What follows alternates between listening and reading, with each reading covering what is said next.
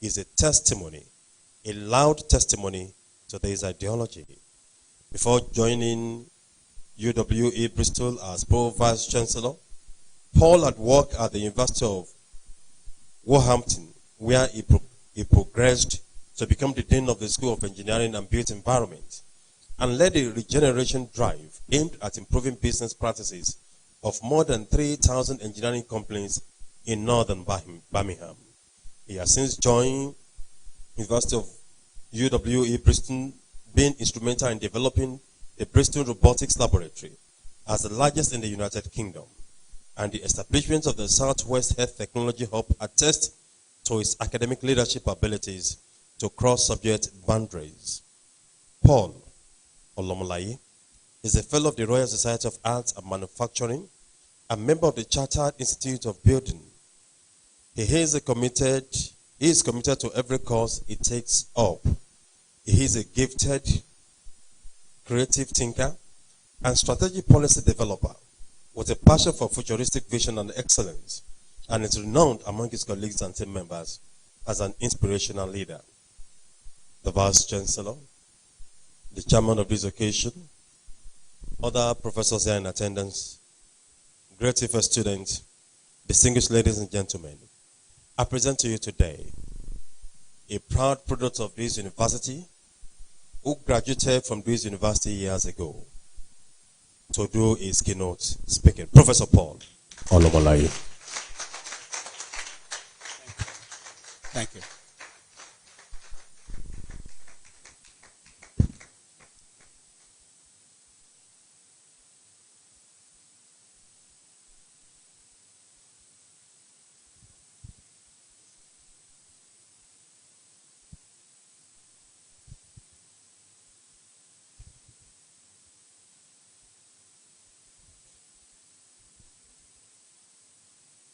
Good morning, everyone.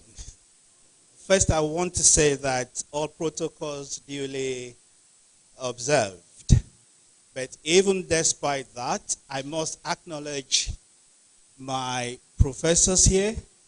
I was surprised to see that many of my professors are still here. And I'm looking at some of them. These were my fathers in academia. These are the ones who brought me up.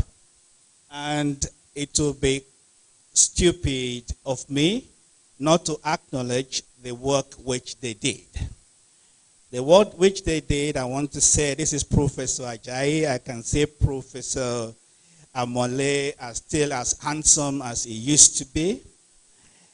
And then I saw Professor Fadare. I'm told Professor Laiwola is somewhere and is there. I can see the daughter. And these are the guys who brought me up. These are the guys who took the Department of Estate Management to the Department of Environmental Planning, Design, and something. And these are the guys who built this faculty some 30-something years ago. I want you to clap for them.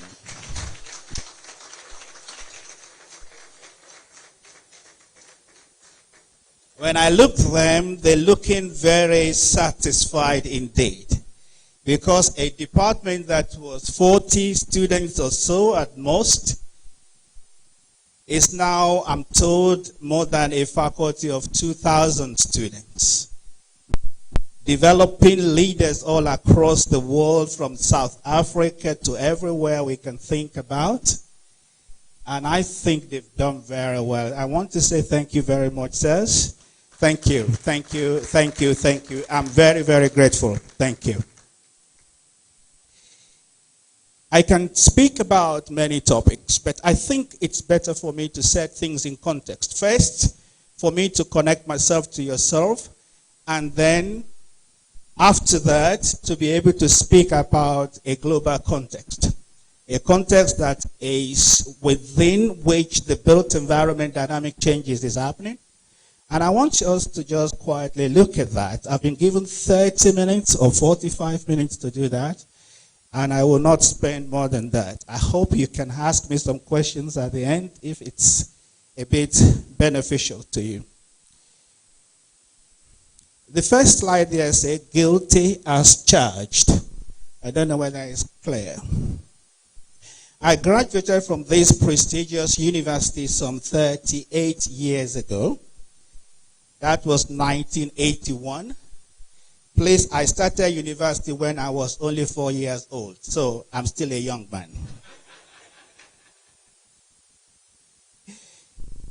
And after the graduation in 1981, I proceeded to the NYSC year in the then Gongola state, where I served as a copper at Kwasalda Construction Company, owned by the then GMPP state chairman, Mr. Manasseh Daniel.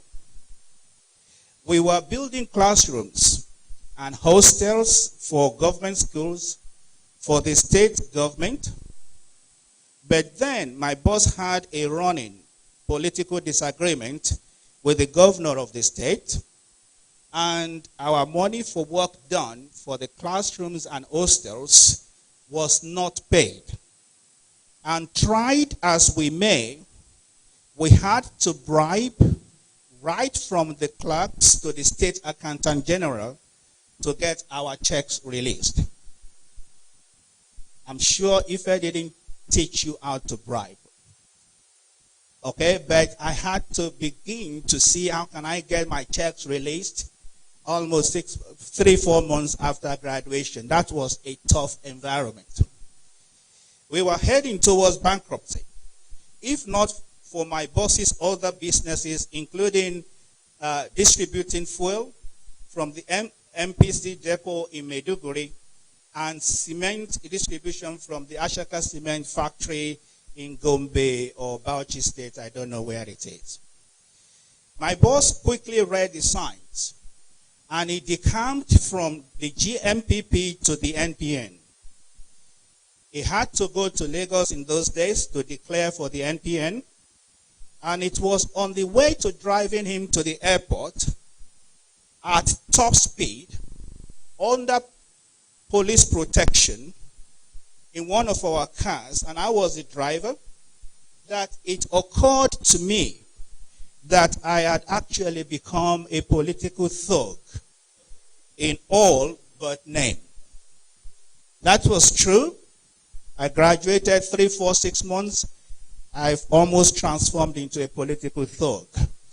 Yes, and I can say nothing more than a political thug. I had the support of my boss, but could not wait for the NYSC year to end before returning to my familiar terrain here in the Southwest.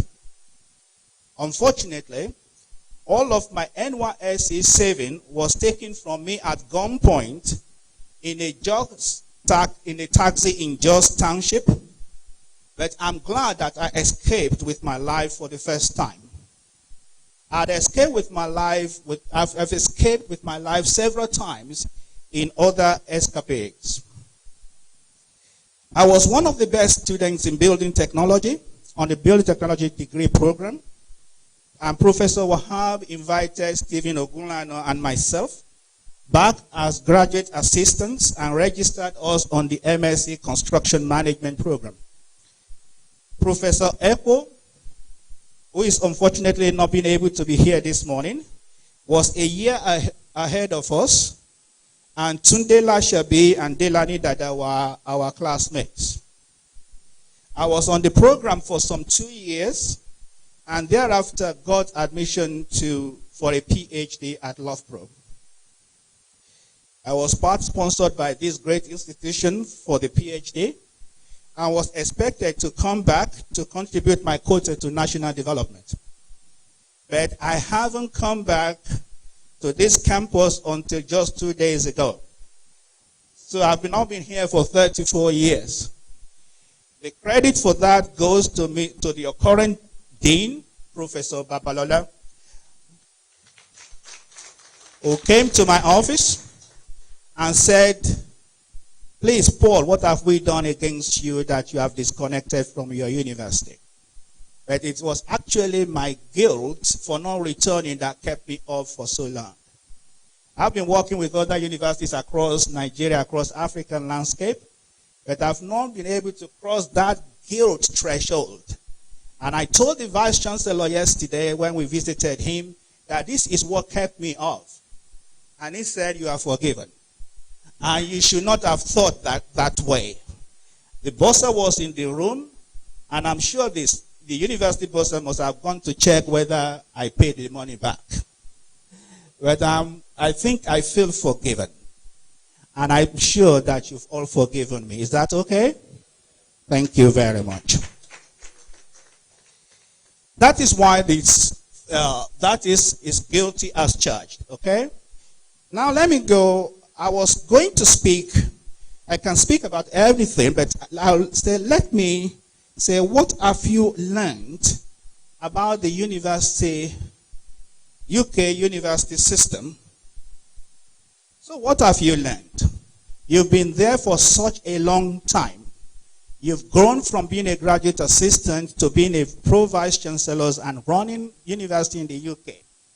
So what is different? So as I give this lecture, please, I'm not saying UK is superior. I've not come in here as an expert because we are in different contexts, different problems, and the solutions could be the same, but there is nothing in me whatsoever that we're experts. We want to learn from you, and what we can say is that whatever we've learned, and we learn from you, you learn from us, you can make solutions for the Nigerian context to be better than what you want it to be. Now, so what I've learned about the UK system. Now, knowledge builds on observation, discovery, and reflection, the three of them in a continuum. So you have observation, discovery, and reflection in a continuum. Initial observation is not always true, but may not be untrue either. When observation and immersion, you observe and you immerse yourself. Like I've immersed myself for 30-something years in the UK system. When observation and immersion collide, and if it is peppered over time with continuous inquisitiveness, why is this working this way? Okay? Then discoveries may be made to solidify knowledge in that particular continuum. I'm sure you get it. What I observed 20 years ago may have been modified through immersion and may now be true. It may be untrue or nearer the truth than when first observed. I have observed and have been immersed in the UK system for some 30 years after my PhD, and can say that I have arrived at some truths, some near truths, and lies in 4 or 5 main areas. And I will highlight that, and I will hope that you can use that, reflect on what Nigeria is, and I'm trying not to criticize Nigerian system. Neither am I trying to praise the UK system. So please, I'm trying to be neutral. The first thing is about university funding.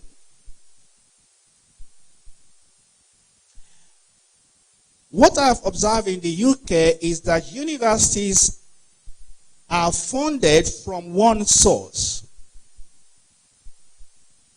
but are different based on the vision of those charged to run the university. That is, the university directorate, the vice chancellors, its alumni, and the community that it serves. The decision on what type of university you are depends largely on the leadership and what the stakeholders allow the leadership to get away with. UK universities are funded mainly through the Student Loans Board. who provide tuition and maintenance loans to students to attend the university of their choice.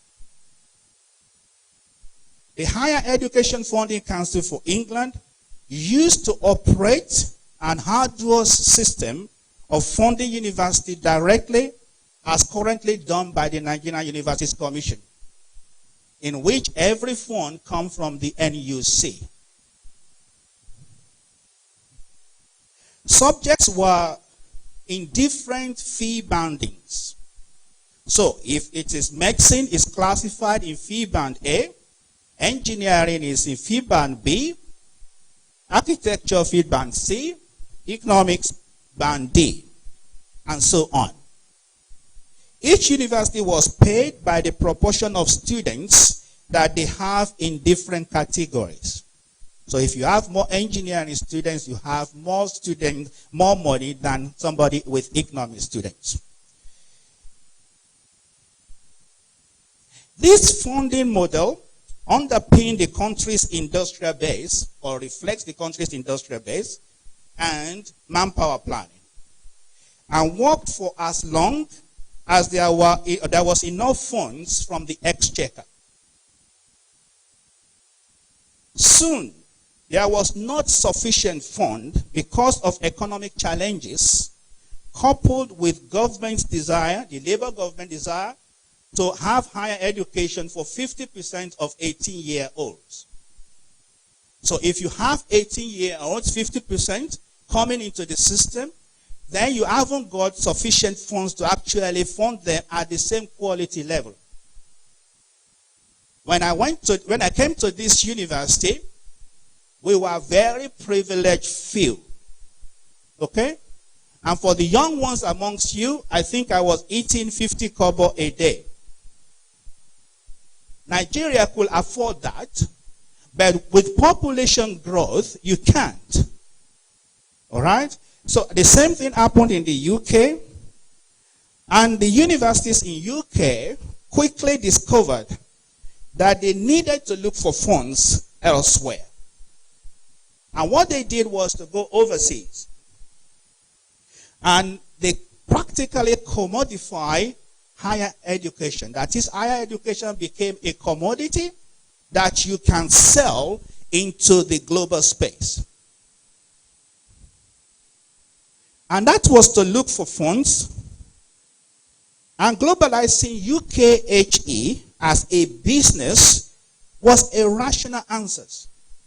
So you are having to move from the education base, in which education is a right to everybody, to a space where education is a business. That's a shift. And that shift happened in the UK, in which we commodified higher education. UKHE now generates £100 billion annually through overseas students. That is twice the entire Nigerian economy. And that's for the British economy. And vice chancellors, deans like myself, or pro-vice chancellors myself, we travel around the world, establishing campuses and attracting international students to obtain their degrees in the UK. In 2 weeks' time, I will be in Oman. In another 3 weeks, I will be in Thailand. We have a big office in Lagos. We have offices all over the Southeast Asia.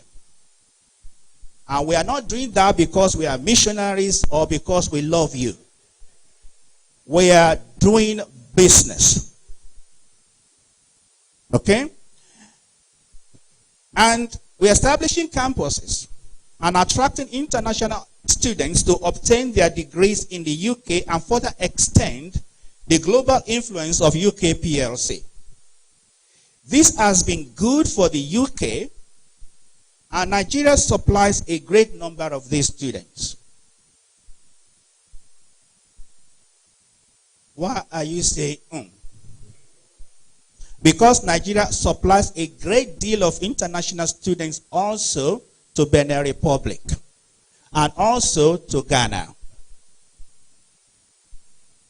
But let me limit myself to the UK. Highest product quality and differentiation underpin and continue to lead this drive. And the UK degree or English degree remains the best in the world. Because the money we get will underpin the quality for world-class competition or standing of the British degree.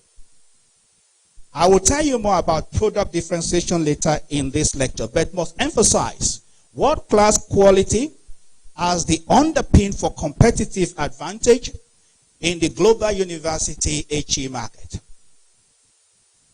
But first, let me explain 4 things. 1,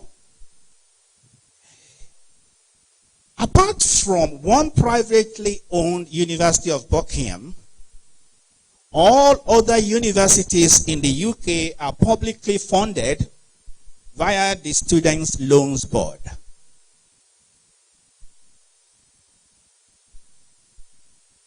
So it is possible. UK, the 5th largest economy in the world, had to devise the Student Loans Board to respond to the financial challenges to educate up to 50% of our 18-year-olds. Okay? And what that did was that instead of universities going to one place called the Higher Education Funding Council or to NUC in your place, the government created a Student Loans Board so that the Student Loans Board provide loans to the students to go to universities. Okay? So what you did by that little switch is that the power goes into the hands of the students to go to any university that they want to go to, depending on their ability. And the Student Loans Board gives loan to everybody who is able to get a university admission. Because it was impossible for you to increase fees in the UK system, because people will say the children of the poor cannot get into universities and it becomes elitist. But if you put the loan somewhere everybody can access, then that breaks that log jam, okay? And the students can go to anywhere they can, whether they are poor or not. And they don't pay anything back from this loan if they don't get work. And according to government estimates, only 30 or 40% of that loan will ever be paid back. Okay? But what you have done is to empower the students to be in charge and for the universities to compete for the customs of the students. I'll explain a little bit better. Economic challenges are real and life isn't easy anywhere. And only those who innovatively think through issues survive and escape being enslaved by others. Academia has seen hell in Nigeria because we listen to the strikes. We're doing business with University of Lagos, and then it was 7 months strike. So you've seen hell, and I do understand that. And the public sectors have been seriously shortchanged and have been fighting back using the same tool of strikes, okay, which they and the students are largely tired of. Limited funds have been spread so thinly and then thinly, and many more institutions have been created. And great institutions, world-leading institutions like my great Ife, has been reduced to the same cost unit as some ones that were started yesterday. And that is because you are spreading the same unit of resource so thinly amongst everybody. Okay? I'm not being elitist here. I'm just trying to say something which, if you could bear with me, you will hear me. Globalization of the UK university system And that advantage was an obvious move. And I believe Nigerian universities can and should learn a bit from this, but must have some great product underpinning to attract the rest of the world and vocalize that Nigerian universities can also get students from other countries. That's where I'm going. So you may say that, is it a competitive university business? Sorry. It's a competitive knowledge business. Yes, education should be the right of every citizen, and the Nordic countries have perfected our best to do this, all from the public purse, all underpinned by excellent quality that continue to enable the economy, the politics and peoples of these countries, and to make them excel continuously. We may argue that the population, heritage, and resources of these Nordic countries place them at an advantage. But we cannot deny that they are well structured and organized to balance a quality higher education and skill development from cradle to grave. Quality education gives the human a competitive advantage over other humans and other species and makes it difficult to be enslaved by others. I sincerely believe that had we Africans knew about what mirror is, nobody would have sold a whole human being for just a 3-inch by 3-inch mirror 400 years ago. You get that? That's the truth. So knowledge matters, and education advantages one person over the other, and there is a business about it. In order to do this, the UK has concentrated on the quality of higher education provision more than any other aspect of pedagogy and learning. To do this, the interplay of market forces was brought in to engender competition between universities to provide the highest quality of education and graduates for the labor market. If you are not a good institution, fewer 18-year-olds will choose you, and your finances will be impossible, and you will fail, and you will beg to be merged or taken over by another institution. Institutional autonomy is underpinned by finances and anchored by reputation and market attractiveness. And these are determined by 4 things. Let me hope I can get this. Okay. Student experience, graduate employability, research excellence, enterprise and industry engagement.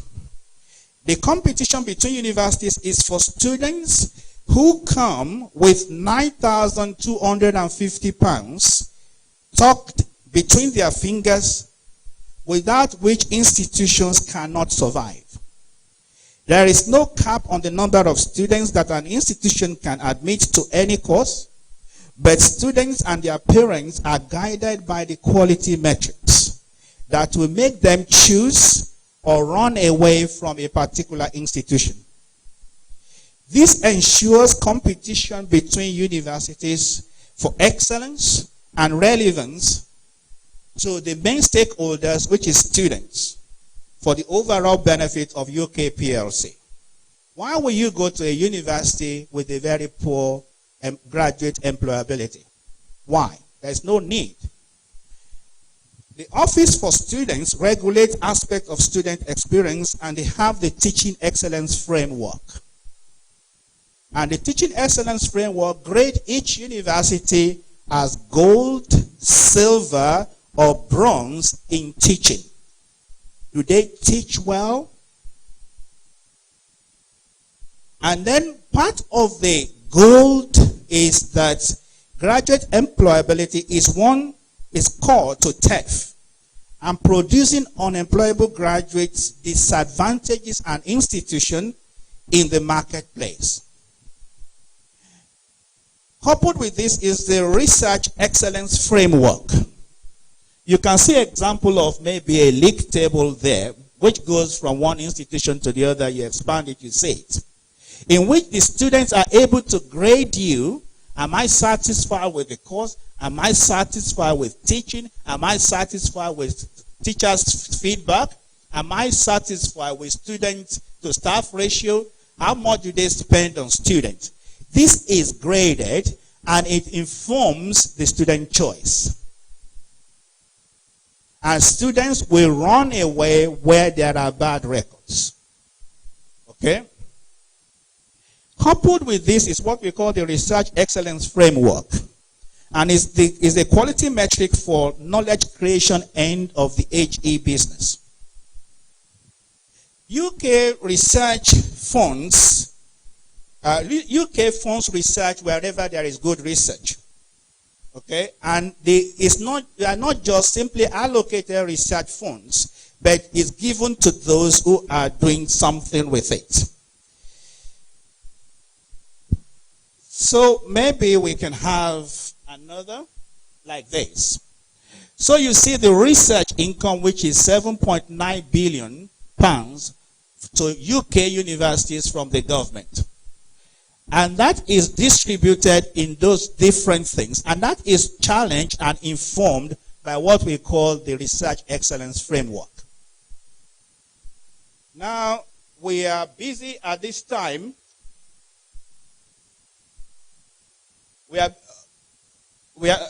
Sorry. Just a moment, please, okay? So we are busy at this time looking for the next research excellence framework, and my university is trying to do as best as it can. You will find that Oxford and Cambridge will do well, and they may cut away half of this money. And so you have to go and look for money elsewhere, and you must at the same time be respectable in your research. If not, nobody will come to you for PhD. Okay? Now, my university is great at teaching with a TEF goal, but is aspiring to perform better in research and is recruiting the best research brains around the world and has achieved the largest robotics laboratory in the UK, okay, over the past few years, and should do well at the next exercise. So we are competing actively with each other, not because we want to compete, but because we want to improve our market attractiveness. Okay? Some of you who are socialists or communists may not be comfortable with this, but it is very education, our higher education for us is business. Not every university could lead research at world-class standards, but they could fulfill other aspects of the higher education mission with no UK institution forced to look like the other or managed down to the same resemblance without distinction. A university like this cannot be collecting the same level of research funds per unit of students as another university that is just starting. So how does a university like this maintain its leading edge in a very competitive marketplace? The second thing I've learned in the UK university system is what I call a civic university system. I have learned that a university must affect our immediate locality to be globally relevant. Knowledge drives development and must be the light in the darkness of social and economic melancholy and mediocrity. If a university only mirrors its immediate environment, then it is of no use to anyone. UK universities drive local policies and connect the center to the local and vice versa.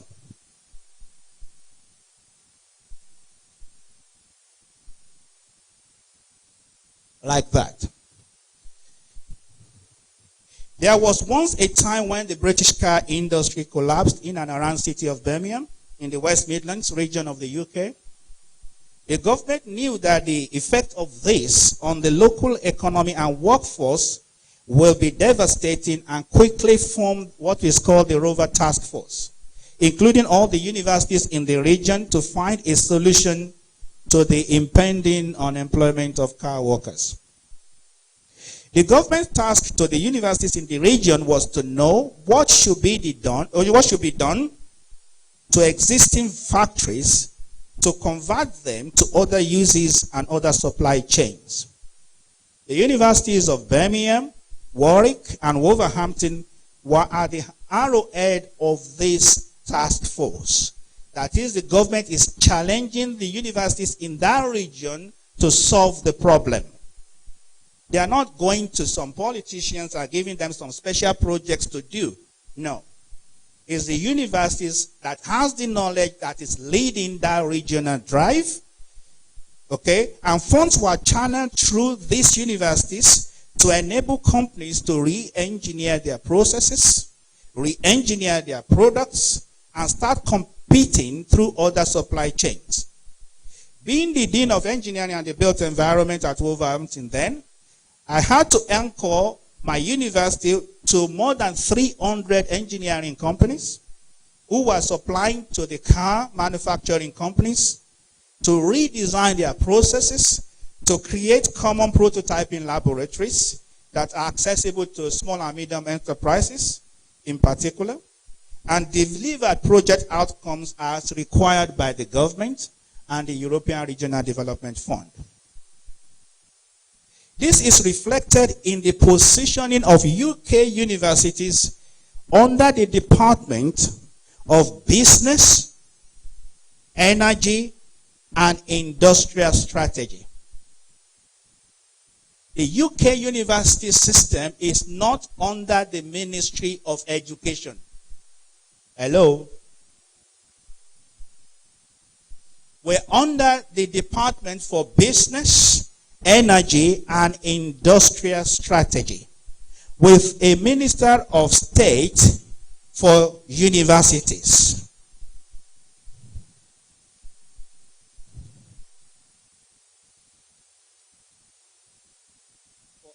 With a Minister of State for Universities, Science, Research, and Innovation, rather than being located in the Ministry of Education as in some other countries. With universities at the nexus of re-engineering and re-energizing their immediate communities, it is not difficult to see that they grow with the companies, with placements and internships for students, and eventually affect graduate employment.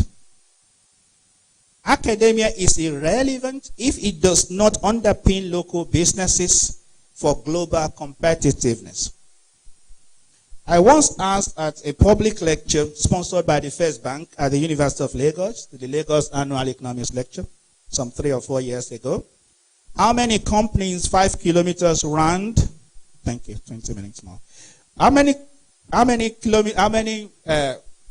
factories 5 kilometers around the University of Lagos was benefiting from the R&D within that particular campus?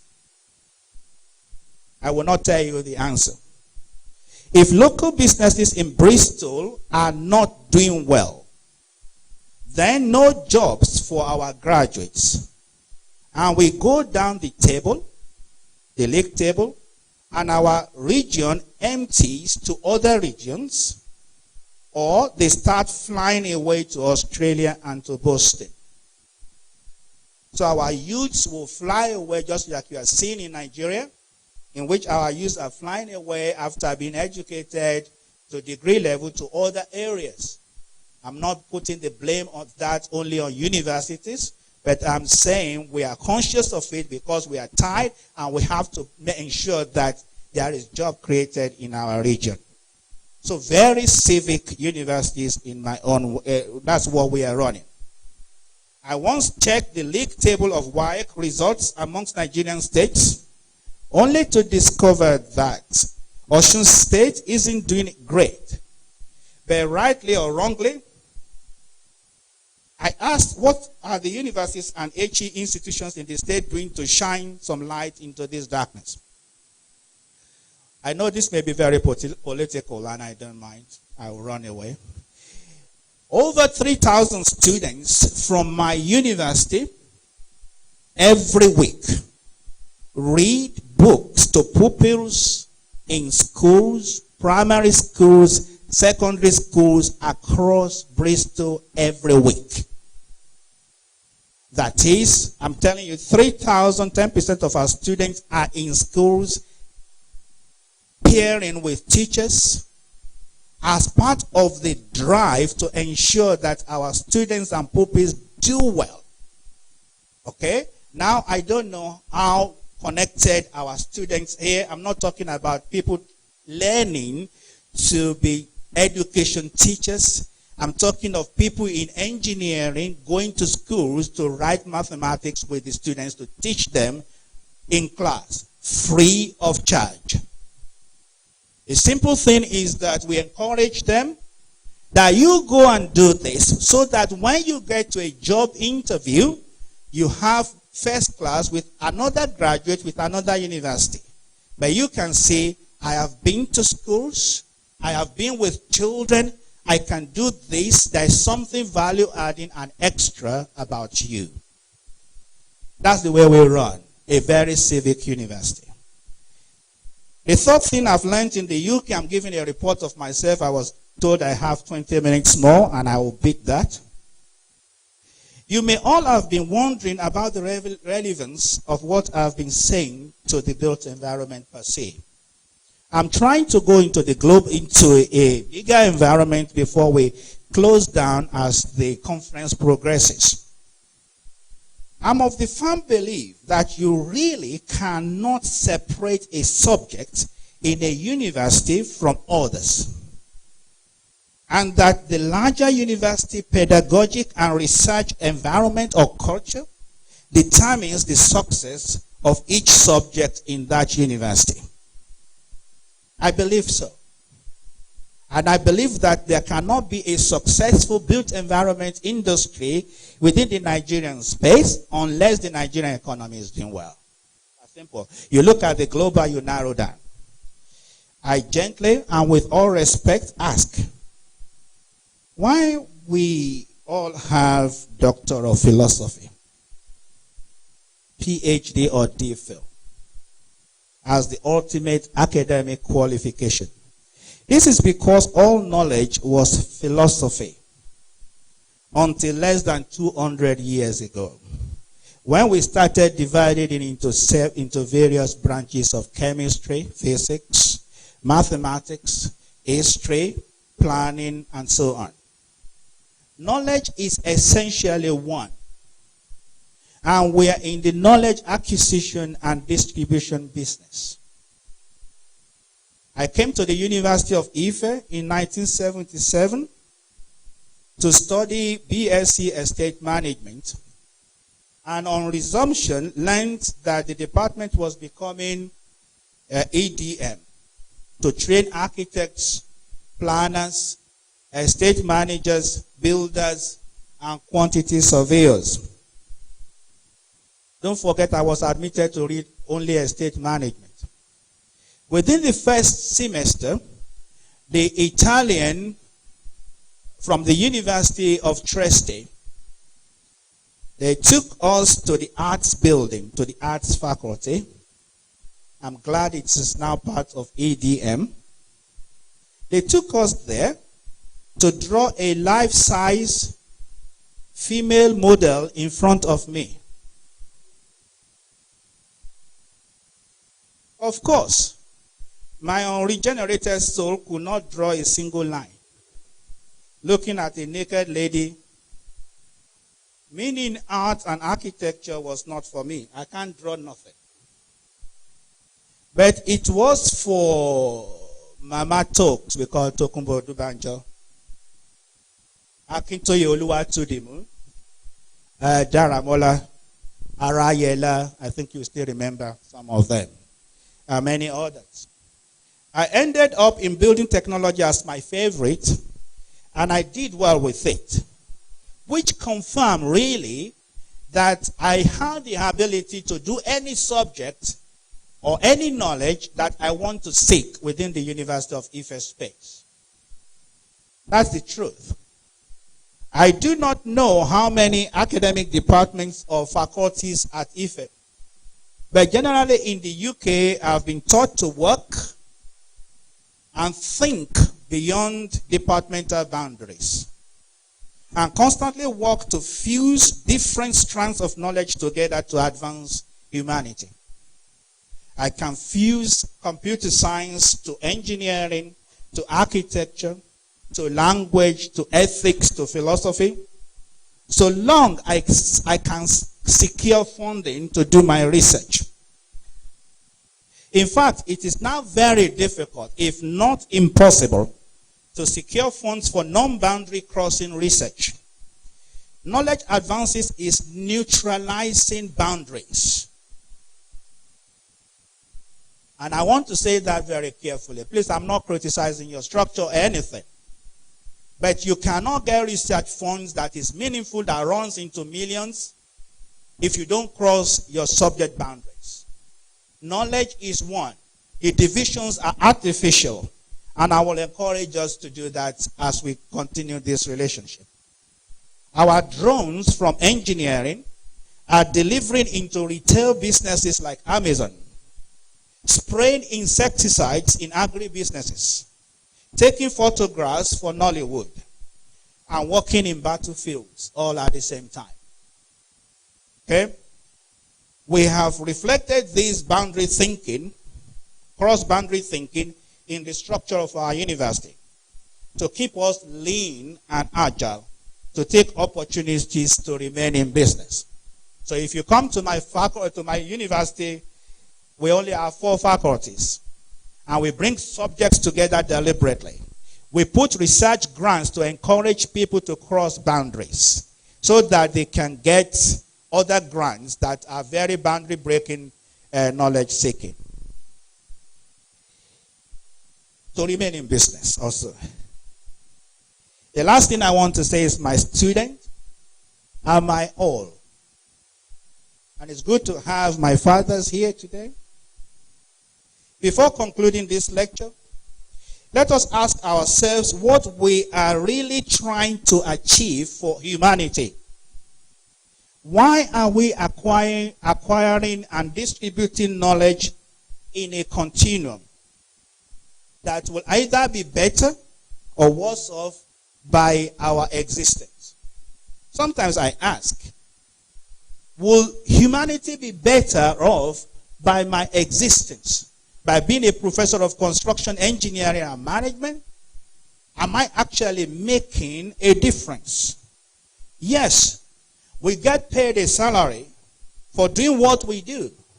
And through it, we feed our families and sustain ourselves. But to what end?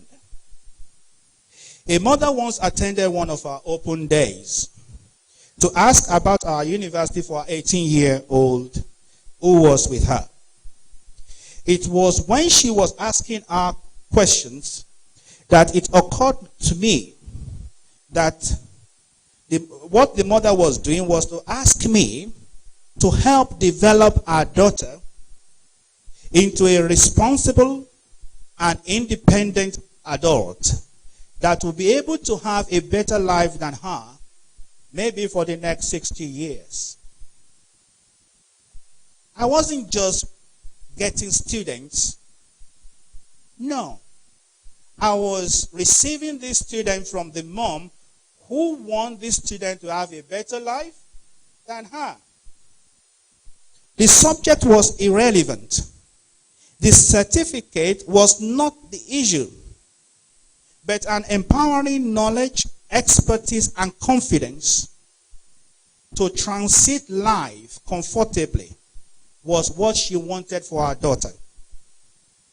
This mother has incubated her daughter for 9 months, given birth, fed her every day, taking her to the nursery, primary, and secondary schools. And my university was the last leg in this relay race for a better life. and the baton was being passed to me. The daughter was going to pay me a significant fee. In the UK, this would be about £50,000 over 3 years.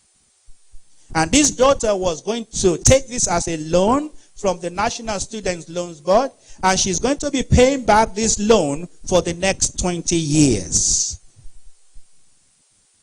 Then I got it, that this is my calling, and I must do all my very best for this lady and her daughter.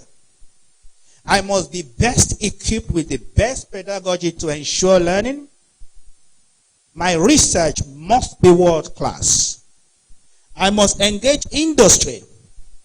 I must make my university somewhere she will be proud of forever. I must make her a confident leader, a light in the darkness of the fast-changing world. How rewarding and rich it is when you see your graduates 20 years after graduation doing well. I think that is the bigger goal, and that is what the essence of a good lecturer, a good researcher should be, to impact the next generation. I'm very proud because my fathers are here, and I hope they are proud of me. And I think they've done something for me because the way they received me, they were professional in every way. They poured knowledge into me and the confidence to be boundary breaking and to be able to challenge the world that somebody from Ife can do well. I believe you have forgiven me.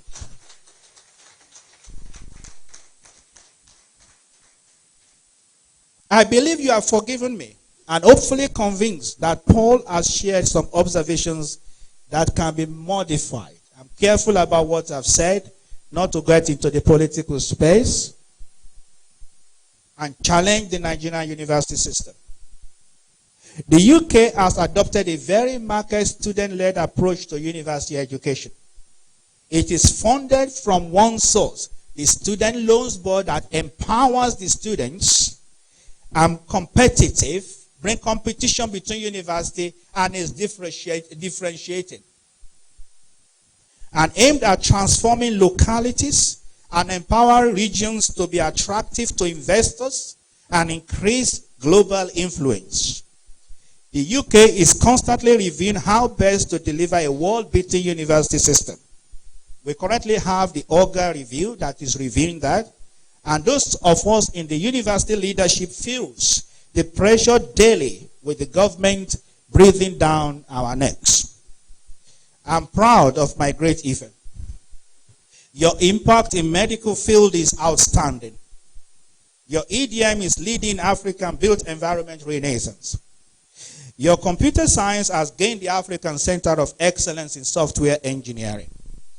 Your agriculture has been sustaining generations, and your alumni are leading many universities across the world, including the engineering faculties at both Stanford and MIT. That there is knowledge within the air and the water of this place is undoubted. And that more future champions are walking your corridor is certain. I know it has been difficult. Yes, we all know. But you folks have stood where others fell. You stayed while others like myself ran. You are the heroes to those of us in diaspora. But together we can and must now connect to work hard together to make our world the best it can be. We're not playing games here. We are globalizing this relationship. And we are dreaming very, very big to even make this relationship much better. We must cultivate and nurture future architects, builders, surveyors as our own very dear children. The future of all of us. And I'm confident that EDM and Great Ife will do it. Yes, you will. Have a great conference.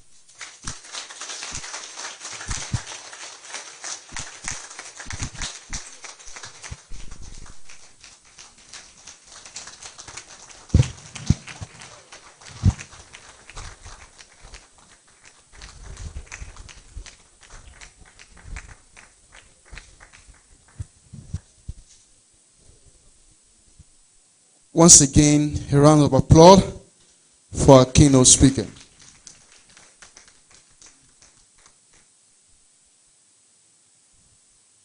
Thank you very much. I believe we've been charged, and that will go a long way as far as the whole interaction in respect of the conference is concerned. For better interaction, our keynote speaker has spoken extensively from all that he has put together over there in the UK, and giving us the charge to see how to make things happen, and that without impacting our local environment, the essence of educational system is almost useless. So we want to have one or two questions. Looking at our time, by now we should be rounding up on the second keynote. So we just want to have some few questions. We'll go for a tea break, and then we'll be back for the second keynote. So I have a question. Can I have your hands up? One? Yes. Any other person? Okay, without wasting time, probably you come forward, sir, to ask a question.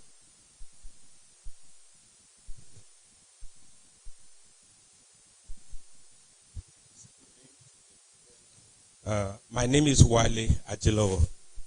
Thank you, Prof, for that beautiful delivery. My question is that in the delivery, you tried, and you stated it that you try to avoid not stepping into the political space.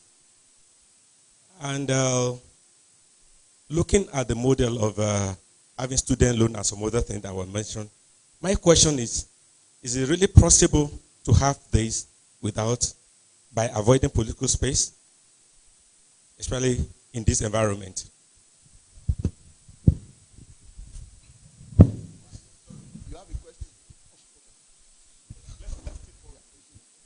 Okay, yeah, okay.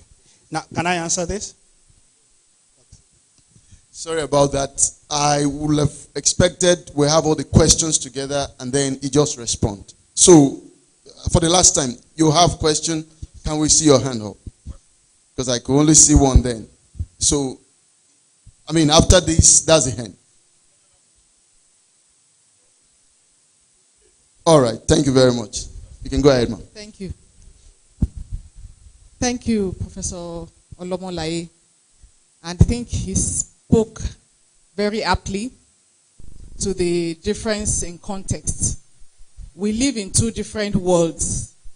You live where education is business. We live where education is a right. My simple question is, now, to collaborate with you or those outside this country, how easy is it going to be when the basis on which we approach knowledge is so different? And you are talking of a collaboration with you. Is it not going to be a frustrating process? Because sometimes, there are many times, people outside this country want to collaborate with us, and they wonder why we are so sluggish. Because we get our salary, whether students come or students don't come, our salaries are paid anyway, so what's the big deal? Why do we need to be innovative? We're not in a competition with anybody. So are we doomed to be going down, or is there hope for us?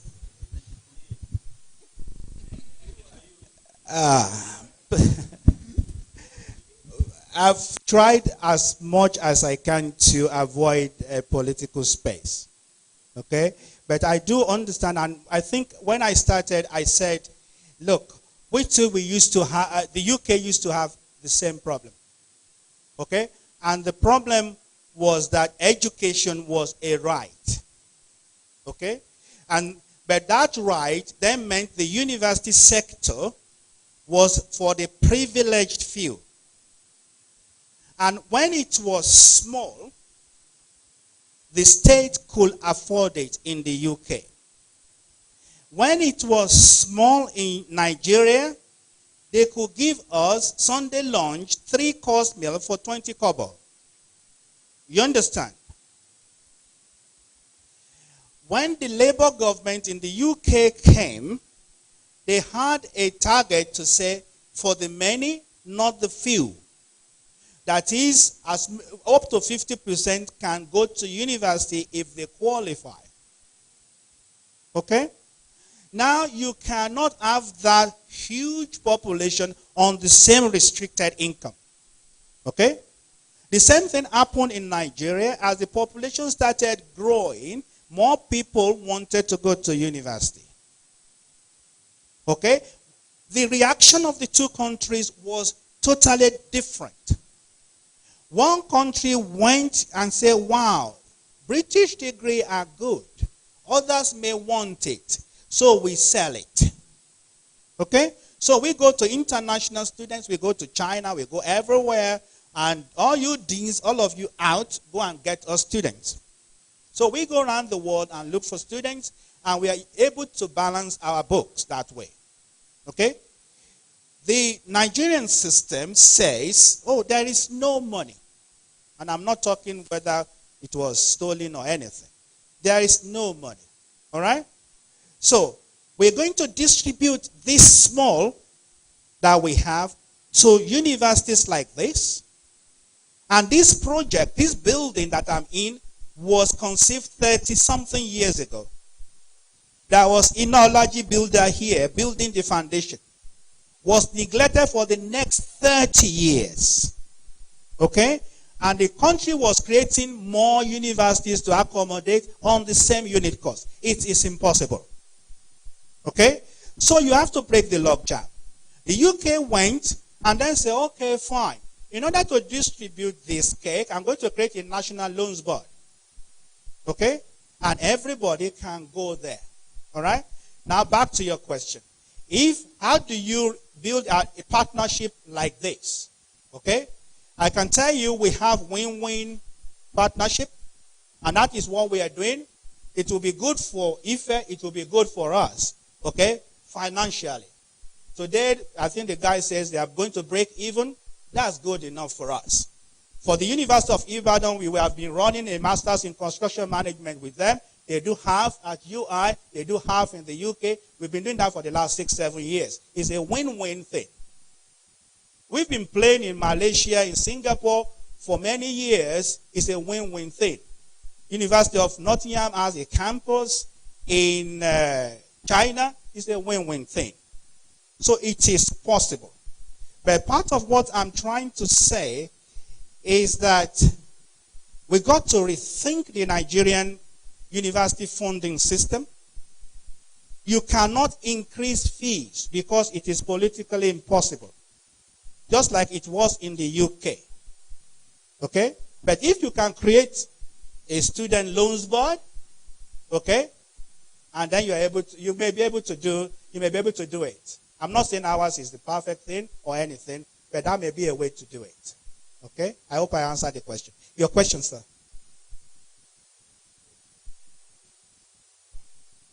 Oh, okay. Policy, to me, honestly, I think Nigerian universities are doing all their best. Okay? They're trying to lobby for true autonomy. And I think true autonomy also requires autonomous finance. Honestly, I don't see how a university of Ife, okay, my university, will not be stronger if you just leave them on their own. Okay? To charge the fees which somebody can get loan for from a place, this place will be more full. The guys here, we have the same brain. Okay? We can't be sending students to Ghana and Lome for God's sake. We can fight within that space if there is true financial autonomy. Okay? That is politics. And then you cannot play the politics and say there is no fee increase and not provide an alternative. And I think all of us should come together and provide an alternative thinking to the government space. And I think, don't get me into trouble, I have no political ambition whatsoever.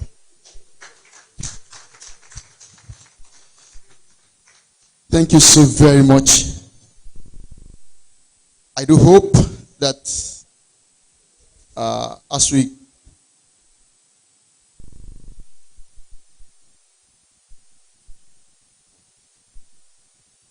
personally found something about our educational system. Someone was sharing with me, you want to get employment in this institution, we put it in the vacancy, you put all the various things there.